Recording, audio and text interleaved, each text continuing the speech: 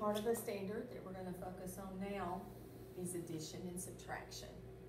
So we're adding and subtracting square roots today. All right, that's the warm-up. I'm going to skip that. You'll do that in class. Okay.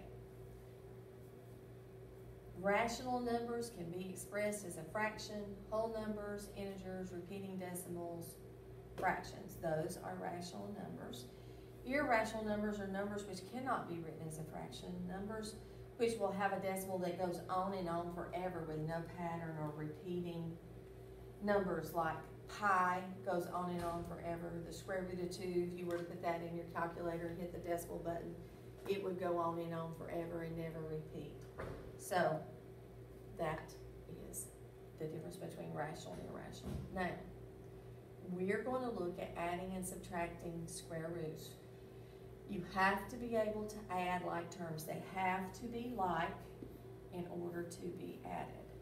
So sorry about this, my math tools are missing. They no longer exist on my smart board. All right, so just like I add 3x plus 2x and get 5x, I add like terms.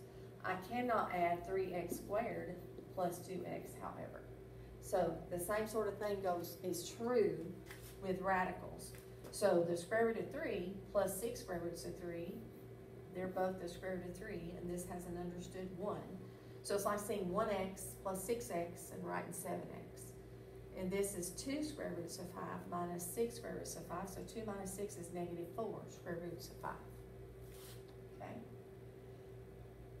Sometimes you have to simplify your radical first. And you know how to simplify. We did that on the other video. Remember, you have to use the factoring tree. It takes 2 to bring 1 out of jail, and then you multiply all that remain. And then you add or subtract like terms. So I'm going to take 8 square roots of 32, and I'm going to simplify that. So I've got 8 square roots of 32. 32 is 8 times 4. 4 is 2 times 2. And remember, 8 has 3 2's.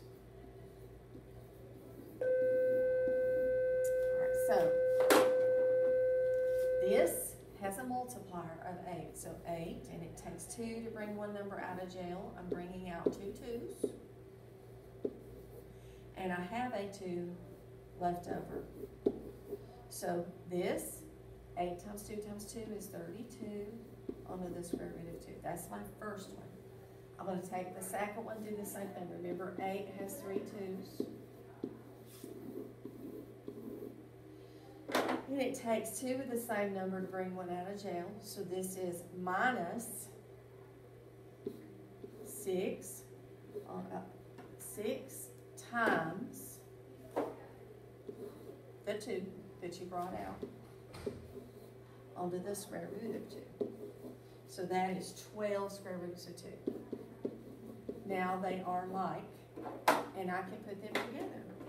I've got the square root of 2 and the square root of 2. And 32 minus 12 is 20 onto the square root of 2. The bells are going crazy today, so just ignore them. All right, I have to do the same thing here. I have to simplify 2 times 14, 2 times 7. So this simplifies to be, because it takes 2 to bring 1 out, 2 on the square root of 7. This is 9 times 7. This simplifies to be 3 square roots of 7. And 2 square roots of 7 plus 3 square roots of 7 is 5 square roots of 7. And that's my answer. All right, now I'll come down and I do this one. Now, we just did 20, no, did we do 27 somewhere? Thought we did. Okay, well, we'll just do it again. All right, so this is 9 times 3, 3 times 3. Takes 2 to bring 1 out, so I'm going to bring out the 3, so this is 3 square roots of 3. I'm going to come over, I'm going to do the same thing to this one. 4 times 12, 2 times 2, 4 times 3, 2 times 2. All right. Takes 2 to bring 1 out of jail. I'm bringing out a 2 and a 2, which is 4. So this is 4 square roots of 3. Now I'm going to do 54. 54 is 6 times 9.